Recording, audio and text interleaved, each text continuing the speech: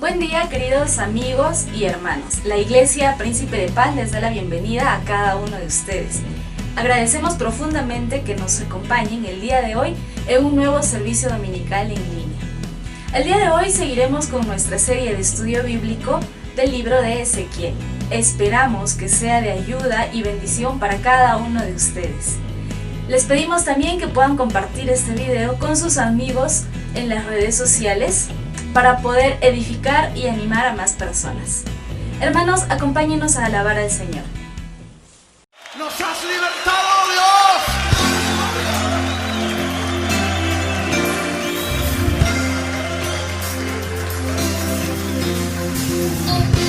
Dios! Somos el cuerpo de Cristo y vamos a cantar como ese cuerpo. Tú y yo somos hermanos, tú y yo nos animamos, sirviendo juntos, luchando en el reino de Dios. Tú y yo, de hombro a hombro, sirviendo unos a otros, creciendo juntos, luchando en el reino de Dios. Somos hermanos. Somos hermanos y unimos las manos, defendiendo la fe y la verdad. Somos hermanos y nos respetamos, actuando como hijos de Dios.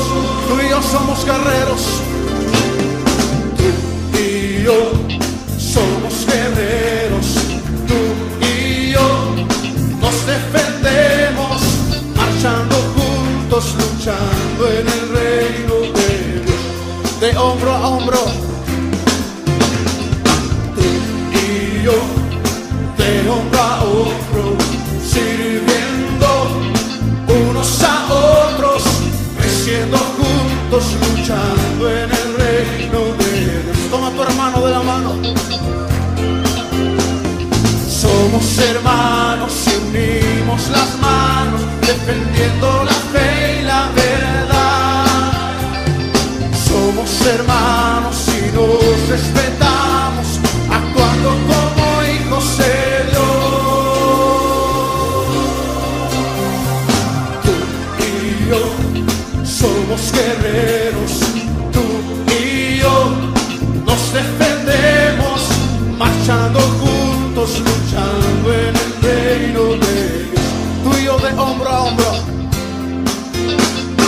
tú y yo de hombro a hombro, sirviendo unos a otros, creciendo juntos, luchando en el reino, marchando juntos, luchando en el reino, sirviendo juntos, luchando en el reino de Dios.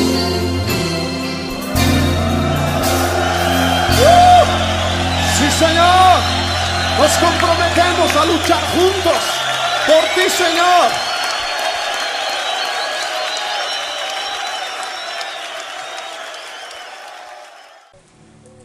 Buenos días, ¿qué tal, hermanos?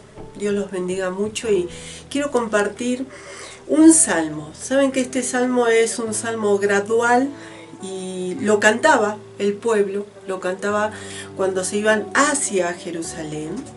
Y cantaban este salmo: alzaré mis ojos a los montes, ¿de dónde vendrá mi socorro? Mi socorro viene de Jehová, que hizo los cielos y la tierra. Y sigue, ¿no? Tiene 8 versículos, pero ellos iban caminando y cantaban esto.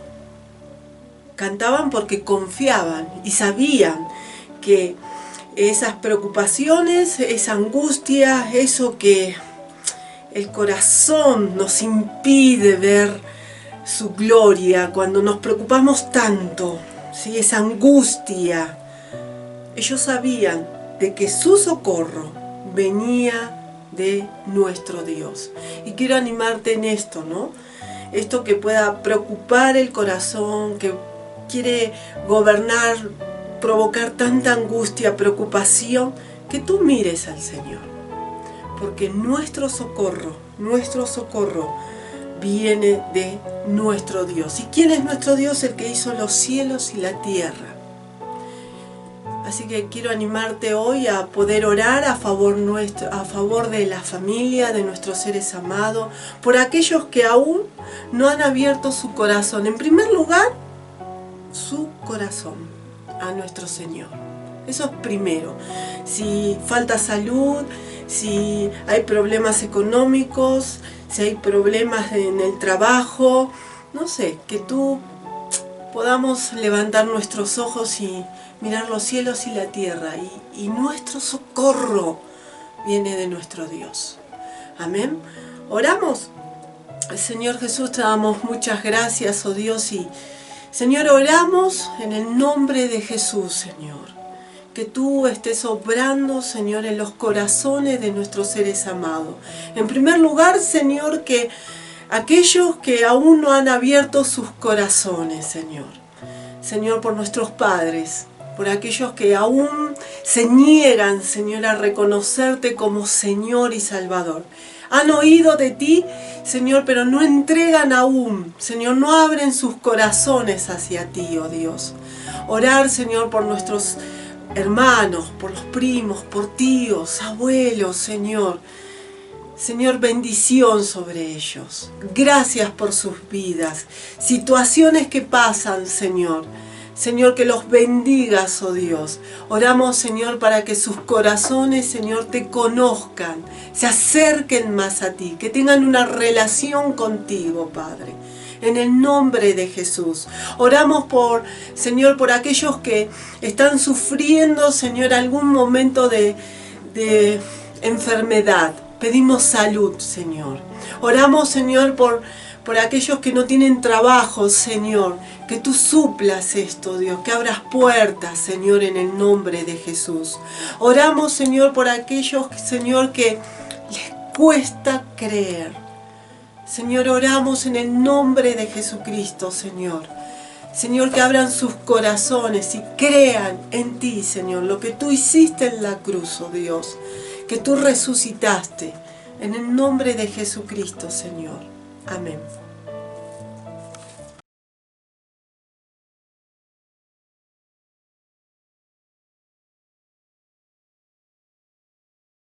Tengo todo, eres todo lo que necesito.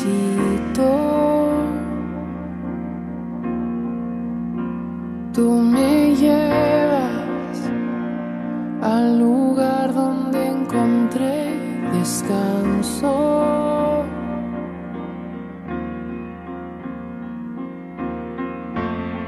Renuevas mis fuerzas, tú guías mis pasos.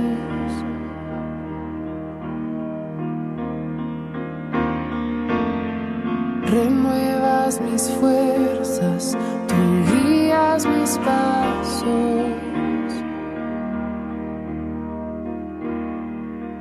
Tu amor inagotable es, tu bondad me persigue, te persigo. En tu mesa me diste un lugar, me recibes en casa para siempre.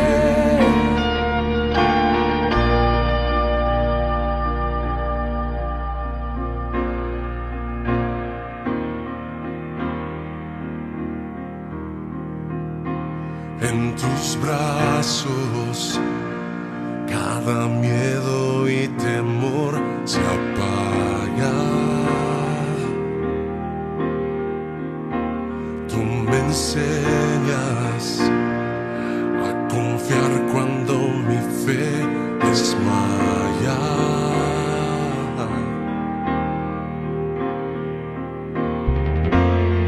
Renuevas mis fuerzas, tú guías mis pasos.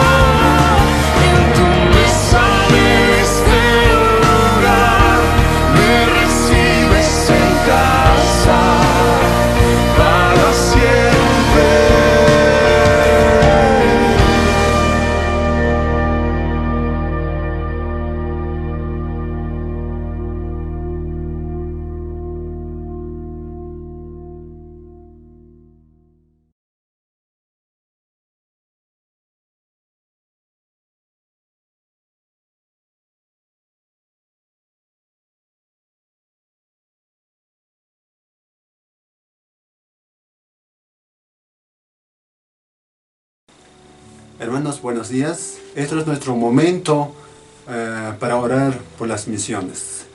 Y para ello vamos a leer el libro de Mateo, capítulo 28, versículo 19. Dice la palabra: por tanto, id y haced discípulos a todas las naciones, bautizándolos en el nombre del Padre, y del Hijo, y del Espíritu Santo. Yo creo que lo que dice la palabra está bien claro, ¿no? Cuando dice id, es ir en ese momento, al instante nosotros tenemos que obedecer, porque es un mandato, es un deber para todos, es una tarea para todos, es nuestra responsabilidad, ¿no? Y dice a todas las naciones, no dice solamente en el vecino, en la casa, solamente en el trabajo, no, dice claro, también está incluido eso, pero debemos ir a todas las naciones. Eso debe ser nuestro trabajo de todos nosotros. Muy bien, vamos a orar, hermanos, por las naciones, por las misiones. Oramos. Amado Dios, te damos gracias, Señor, por este tiempo, por esta oportunidad, Señor, que tú nos das de poder orar y clamar, Señor, por esta misión que has encomendado a todos nosotros, Señor. Es una responsabilidad, una tarea que tenemos que cumplir, Señor, que asumir sin ninguna excusa, Señor. Padre, ruego a ti, Señor, que nos ayudes, abras las puertas para que podamos, Señor, difundir tu palabra, podemos llevar, Señor, y no haya límites, Señor, en nosotros. Señor, mientras que estemos con vida, Señor, podemos hacer llegar tu palabra a todos los pueblos, Señor. Sé que hay pueblos todavía, hay gente que todavía no han escuchado tu palabra, Señor, esa palabra de salvación. Señor, hemos sido llamados a eso, Padre. Señor, ayúdanos, Señor, y abre las puertas, Señor, para que, Señor, podamos llegar, Señor, a todas esas personas. Oramos, Señor, en el nombre de Jesús. Gracias a ti. En el nombre de Jesús, amén y amén.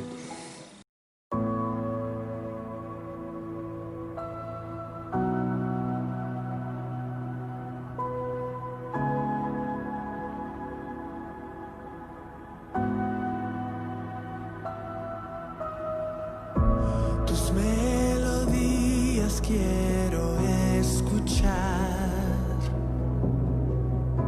y la belleza de la eternidad. Acércame más a tu gravedad y el peso de tu ser, el peso de tu ser.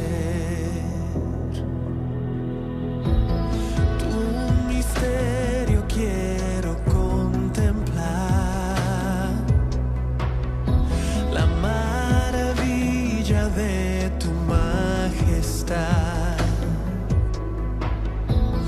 Más allá de lo que pueda ver, alcanzará tu amor, alcanzará tu amor.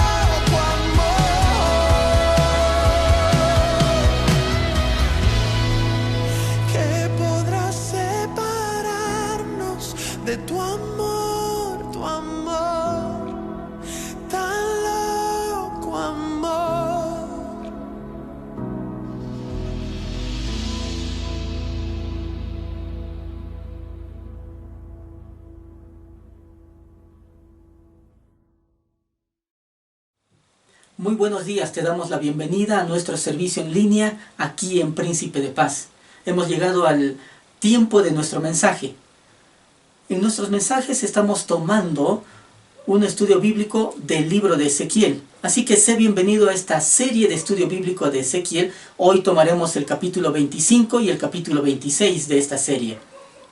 Pensemos por un momento acerca de Ezequiel. Bueno, te acordarás que Ezequiel es un sacerdote dentro de la línea de Sadoc. No olvides que dentro de los sacerdotes habían varias líneas. Ezequiel pertenece a la línea de Sadoc. Él fue desterrado desde Jerusalén a Babilonia junto con el rey Joaquín en el año 597, antes de que naciera nuestro Señor Jesucristo. Él tenía 30 años cuando Dios lo llamó al ministerio profético. Él se estuvo preparando desde muy temprana edad, como era habitual en todos los sacerdotes, para que ellos ejercieran el servicio litúrgico y sirvieran también de guía al pueblo. Y Dios lo llama entonces de no solo ser sacerdote, sino de ser sacerdote ahora a ser un profeta. Un profeta importante para el tiempo del siglo VI antes de Cristo. Ezequiel se ubicó en Babilonia junto al río Quebar.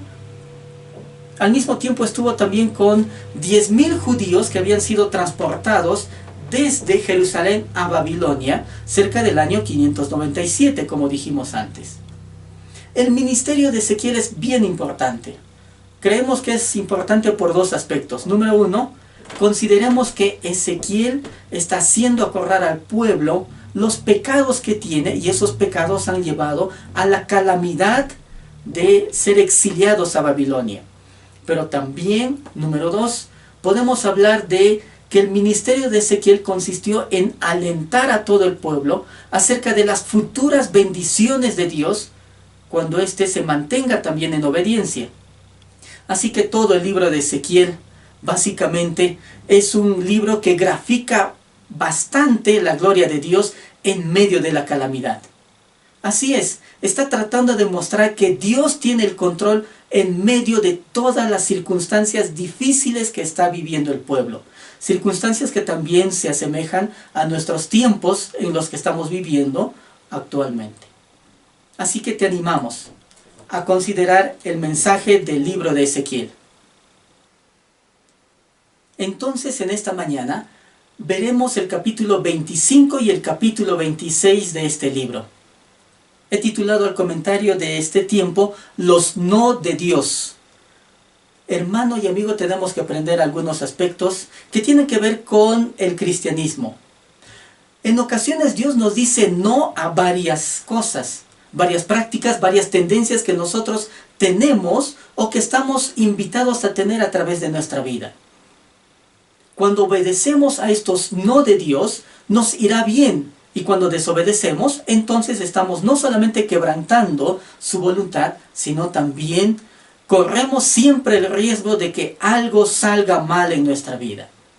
Así que veamos a partir del capítulo 25 a qué nos referimos con los no de Dios. Acompáñame con el capítulo 25. El primer no tiene que ver con no te alegres de la aflicción ajena. Veremos en el capítulo 25 acerca de profecías que trae Dios a través de Ezequiel para varias naciones. En fin, todo el capítulo 25 contiene juicios de Dios sobre naciones que estaban ubicadas alrededor de Israel, alrededor de Judá, alrededor del pueblo de Dios, que no reconocieron a Dios como el único Dios verdadero, ni tampoco llevaron a cabo los buenos propósitos que Dios tenía para ellos. Esto es interesante porque aún Dios, cuando escogió a su pueblo, a Israel, también Él tenía el amor extendido para las otras naciones. Así que veamos, acompáñame en este capítulo 25. Dice así el versículo 1. Vino a mí palabra de Jehová, diciendo, Hijo de hombre, pon tu rostro hacia los hijos de Amón, y profetiza contra ellos.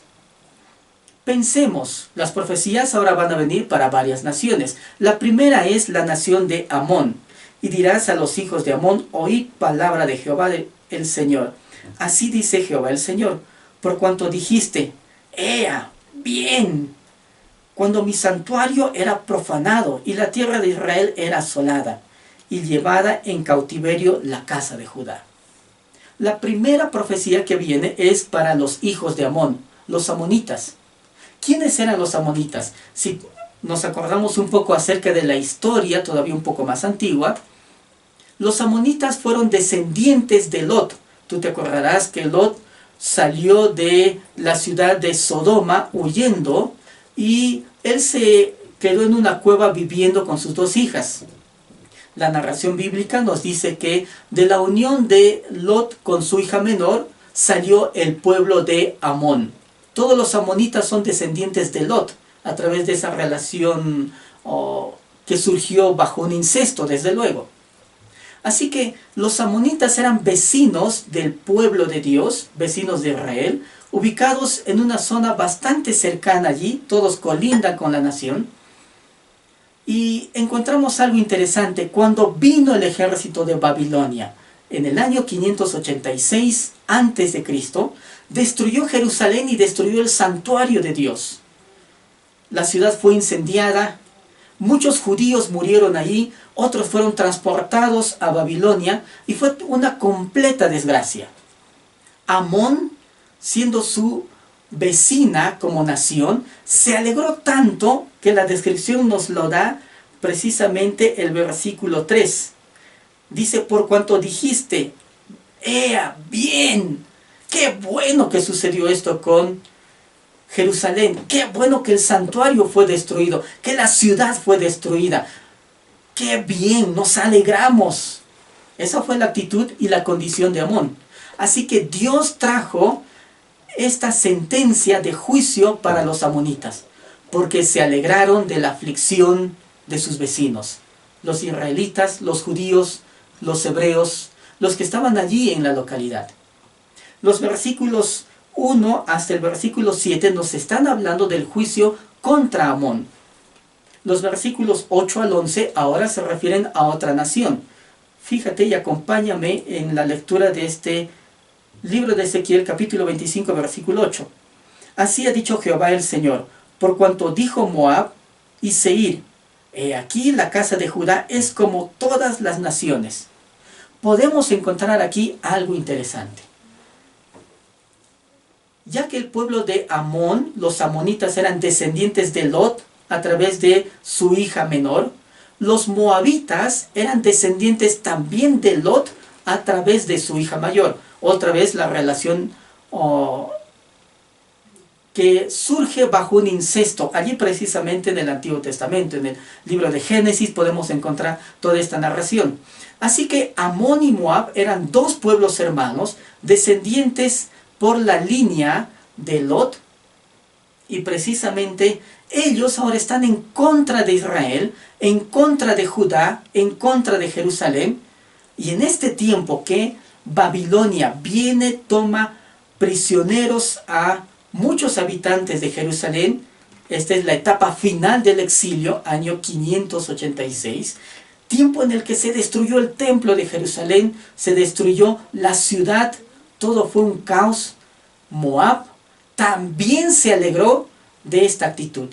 La narración bíblica con respecto a estas naciones es de que dice que ellos festejaron. Ya el versículo 3 nos dice, ¡ea, bien! ¡Qué bueno! Y la Biblia nos refiere que ellos hasta con sus pies festejaban. Eso quiere decir que se pusieron a bailar. Se alegraron tanto de la calamidad ajena que pensaron que nunca les llegaría a ellos. Esta es una actitud bastante interesante, la cual a veces puede repetirse también en nuestro tiempo. La siguiente sentencia es para los hijos de Edom, los edomitas. Los edomitas son descendientes de Esaú, si tú te acuerdas. Esaú, el hermano de Jacob. Ahora no hay que olvidar que Israel proviene de Jacob y los edomitas, Edom, proviene de Esaú. Así que todos son en alguna manera, todas estas naciones son naciones relacionadas con el país y el pueblo de Dios. La sentencia para Edom básicamente es la que viene desde el versículo 12 hasta el 14. El 12 dice así, así ha dicho Jehová el Señor, por lo que hizo Edom, tomando venganza de la casa de Judá, pues delinquieron en extremo y se vengaron de ellos. Por tanto, así ha dicho Jehová, el Señor: yo también extenderé mi mano sobre Edom y cortaré de ella hombres y bestias, y la asolaré desde Temán hasta Dedán, caerán todos a espada. Hermano y amigo, aquí podemos ver algo. La sentencia de Dios a las naciones, naciones que están alegrándose por la calamidad de su vecino que está allí siendo tomado en cautiverio y llevados sus pobladores como esclavos a Babilonia. Esta actitud de alegrarse por la desgracia, por la aflicción ajena, es condenada por el Señor. Y viene finalmente la profecía contra los filisteos. Si tú te acuerdas, los filisteos fueron los enemigos de mucho tiempo, de siglos atrás, de la nación y del pueblo de Dios. Ya en el tiempo de David, en el tiempo de Saúl, están los filisteos tomando opresión también y teniendo conflictos con Israel. Así que los filisteos tienen rencores desde mucho tiempo atrás. Ya es una rivalidad que viene de antaño. Los versículos 15 al 17 nos hablan acerca de precisamente este tema. Dice el versículo 15: así ha dicho Jehová el Señor, por lo que hicieron los filisteos con venganza, cuando se vengaron con desprecio de ánimo, destruyendo por antiguas enemistades. Así que se hace la descripción de lo que había de antemano, ya con rencores y enemistades antiguas. Cuán dañina es la actitud de alegrarnos precisamente cuando hay la desgracia en el prójimo, porque hay antiguas enemistades. Así que Amón, Moab, Edom, Filistea, estas naciones que son aquí condenadas por el Señor a través de la profecía que viene por Ezequiel, a pesar de que en alguna ocasión ellos mismos fueron aliados de Judá contra Babilonia, ahora abandonaron a Jerusalén. La abandonaron y se regocijaron cuando vieron que Jerusalén caía en ruina, cuando estaba siendo destruida. Bueno, la Biblia nos habla que estas naciones eran tan pecadoras como Judá misma. Así que, por lo tanto, también ellas serían parte del juicio de Dios por el pecado de no solo desprecio, no solo de venganza, sino también de alegrarse por la aflicción ajena. Podemos entender en el capítulo 25 algo bien importante. No debemos regocijarnos cuando Dios castiga a los culpables, aun cuando sí, en efecto, sean culpables, porque también la justicia de Dios vendrá con aquellos que lo hacen, aquellos que se alegran, aquellos que finalmente tal vez hacen escarnio de los demás y se alegran de la aflicción ajena, aun cuando pensemos que esa desgracia fue justa para ese impío. Vemos aquí que naciones como Amón, Moab, Edom y Filistea se alegraron y humillaron al pueblo de Dios. Así que viene una norma: los que humillan, tarde o temprano, también serán humillados. Estos son aspectos importantes para nuestra vida. Cuida si estás usando y haciendo de humillación a los demás. Tal vez tarde o temprano simplemente cosechemos lo que estamos sembrando. Eso es algo que hay que tener en cuenta. Así que el ánimo de todo el capítulo 25 para todos nosotros, como hijos de Dios en este tiempo, es de que debemos de abstenernos de todo gozo malicioso, de toda conducta que tiene que ver con alegrarnos, recrearnos en el mal de otros o de tener pensamientos de venganza hacia otros. ¿Cómo me gustaría que este vecino que me hizo tanto daño, que venga un rayo y le parta la cabeza?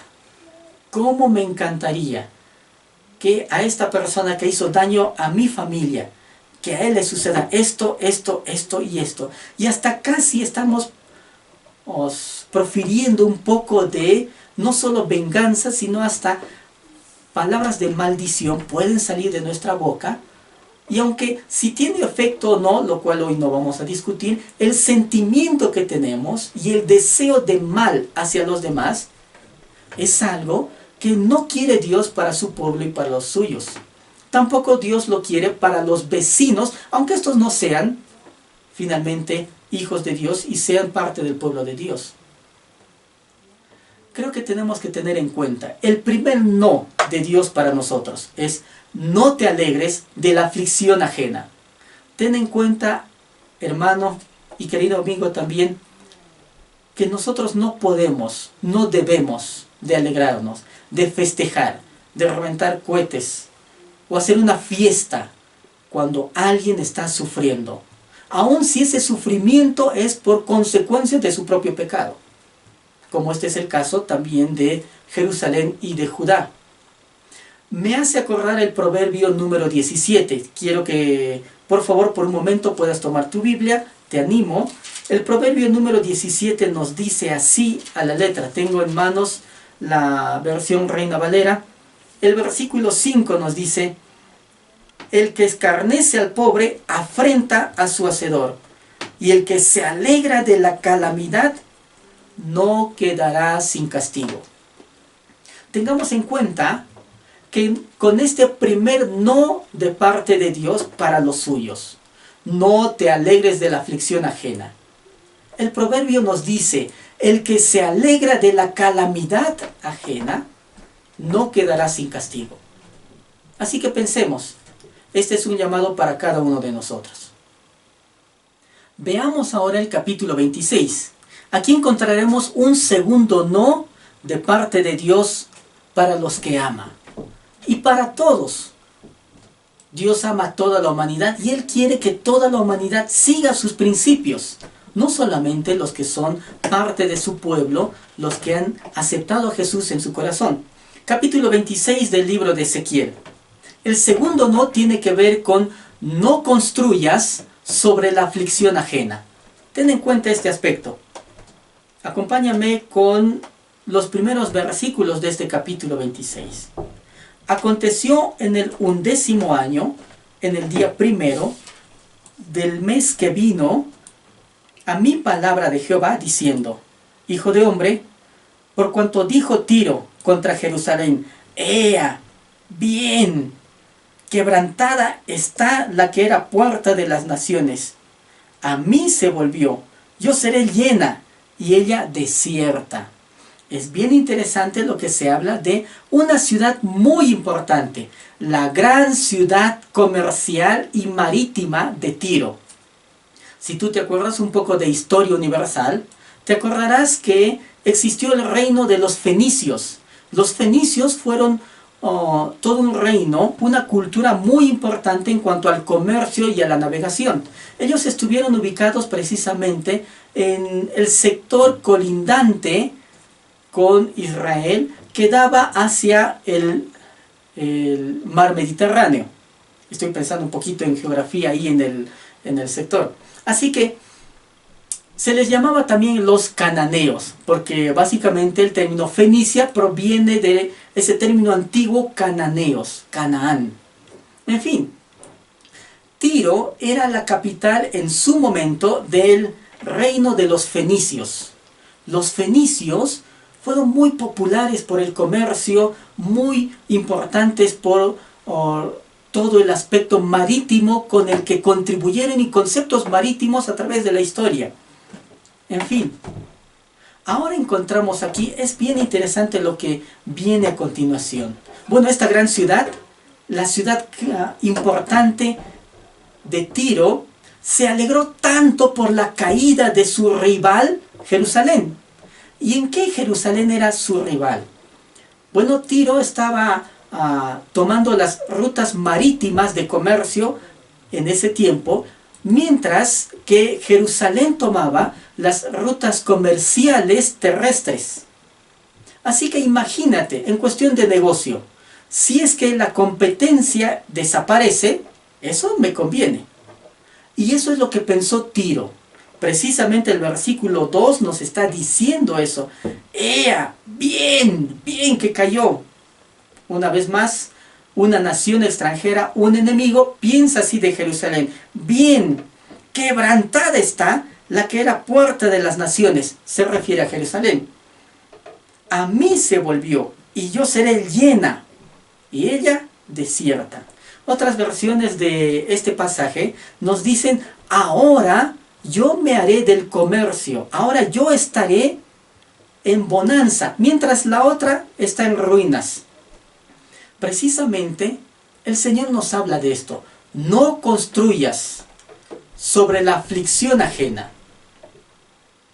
Los fenicios en realidad no eran un pueblo básicamente conquistador, sino más bien comercial. Se preocuparon mucho por el comercio. Todavía la historia nos dice que el alfabeto fenicio ha venido a influir a varios alfabetos, como el alfabeto griego, el alfabeto para los romanos, en fin, el latino. Fenicia fue el reino que comerciaba con todos, con Israel, con Egipto, con los griegos, con los persas. Recibían, exportaban, servían como, tenían su puerto allí precisamente en el Mediterráneo, tan importante que comerciaban con todo el mundo. Y el día que se enteraron de la caída y la destrucción de sus vecinos, Judá, Jerusalén, ellos festejaron.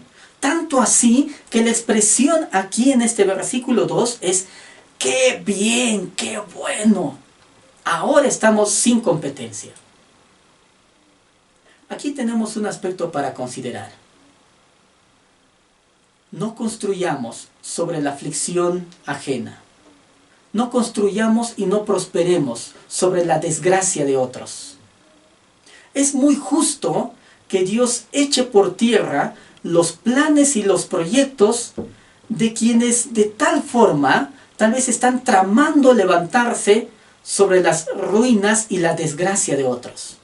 Esto es lo que está pasando con Tiro, la capital de los fenicios. Otra ciudad importante de los fenicios fue también Sidón.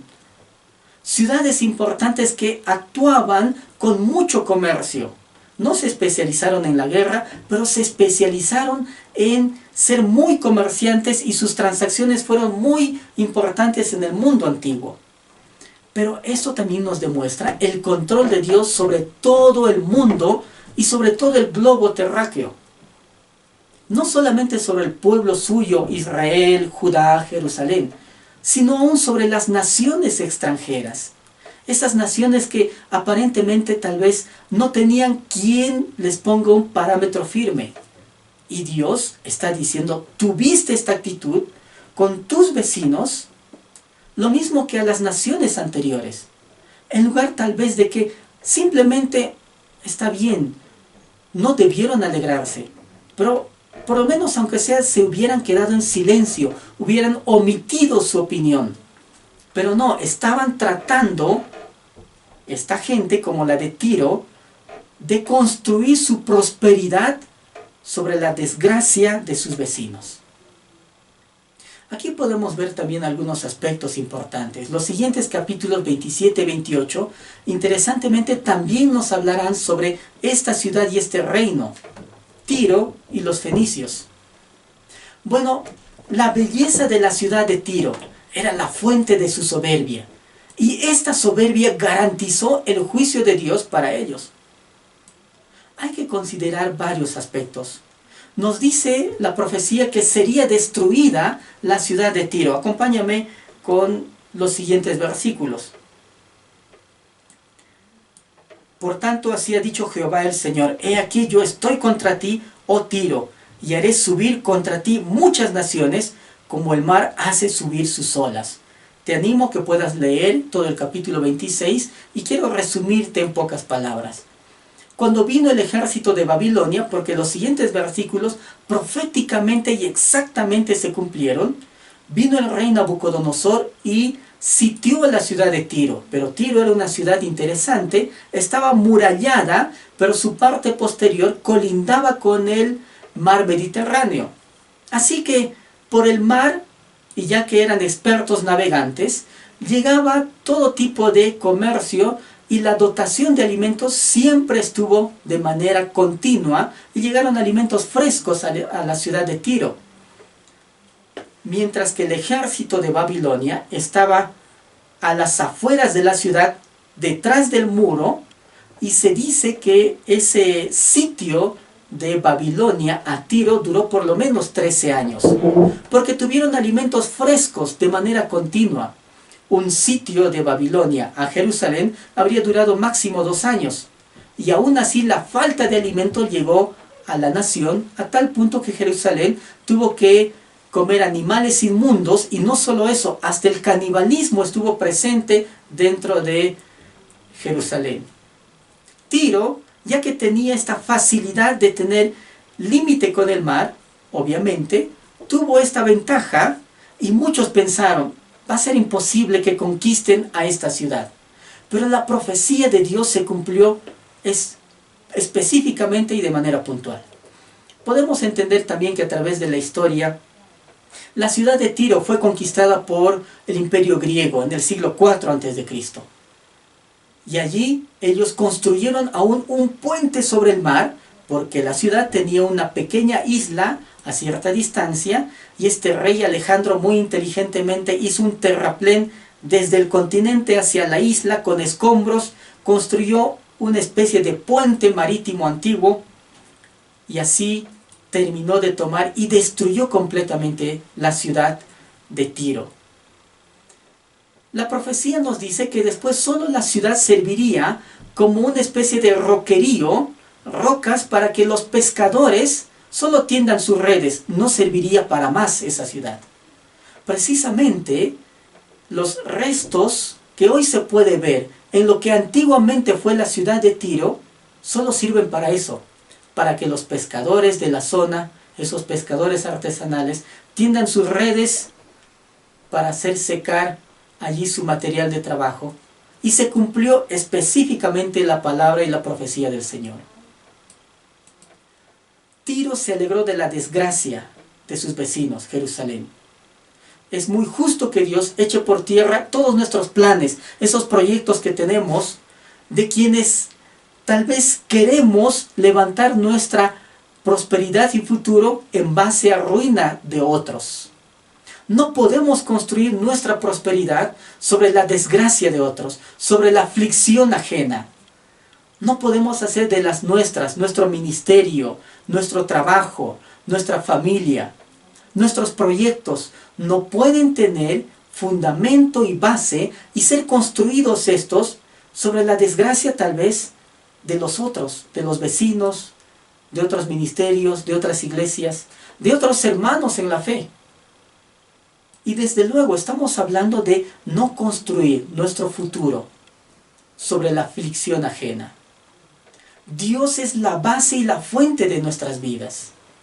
No podemos nosotros solo pensar, vamos a aprovecharnos de esta mala situación del otro para que nosotros vayamos, lo humillemos y finalmente también tomemos lo que le pertenecía y nosotros seamos los prosperados. ¿Cuántas ocasiones tal vez hemos visto que esto ha sucedido en nuestra vida práctica, real y en nuestra sociedad? Los unos aprovechan simplemente la desgracia de otros para crecer, para salir y finalmente para hacerse de bienes. Esta actitud fue condenada por Dios para una nación extranjera. Revisa un poco la historia del reino de los fenicios y fíjate cómo terminó.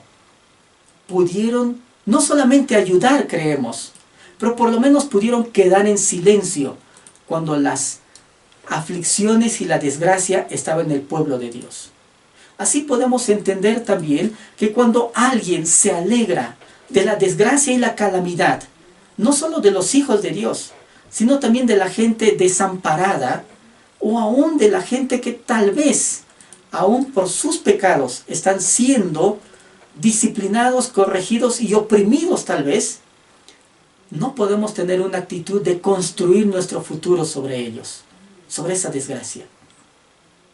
Las palabras del Señor, precisamente en este capítulo 26, son estas.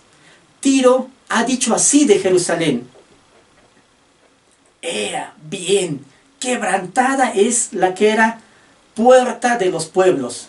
Ahora es hecha pedazos. Ahora ha llegado mi turno. Yo me llenaré de riquezas. El segundo no tiene que ver con precisamente este punto. No construyas, querido hermano, querido amigo, tu futuro sobre las aflicciones y el dolor del prójimo. Porque tarde o temprano eso nos va a cobrar factura en la vida. Y como hijos de Dios, más aún tenemos que considerar estos principios. Creemos que el capítulo 25 y 26 nos están hablando de dos no de parte de Dios para nosotros. Que no nos alegremos de la aflicción ajena y que no construyamos nuestro futuro sobre la aflicción ajena. Que no construyamos nuestra prosperidad sobre la aflicción ajena. Deseamos que esto sea útil para ti y que el Señor te bendiga. Te animamos también a que puedas hacer con nosotros esta oración. Acompáñanos. Señor, te damos gracias porque podemos ver no solamente en tu palabra, sino más bien a través de toda la Biblia, principios que nos das acerca de cómo debemos comportarnos. Señor, aspectos que tenemos que tener en cuenta de no cometer en nuestra vida, para que la vida y aún nuestros pecados no nos pasen factura con el tiempo. No alegrarnos de la aflicción de otros, aunque queremos que haya justicia y a veces pedimos que haya venganza. Señor, pero tal vez tendríamos que tener más bien la actitud que tuvo Ezequiel, Daniel, Jeremías y tantos otros hombres de fe, de confesar pecados que ellos mismos de manera personal no habían cometido, pero los confesaron, Señor, y pidieron perdón por esos pecados. Eso se llama identificación. Te damos gracias porque tú estás buscando gente así también. Señor, ayúdanos a no tener esta actitud de no construir nuestro futuro sobre desgracia ajena. Señor, también en esto hay condena. Señor, para cristianos y no cristianos. Ayúdanos a entender estos principios y cada vez que tú dices no a actitudes que podemos tener, serán por nuestro bien. Te damos gracias en el nombre de Jesús. Amén.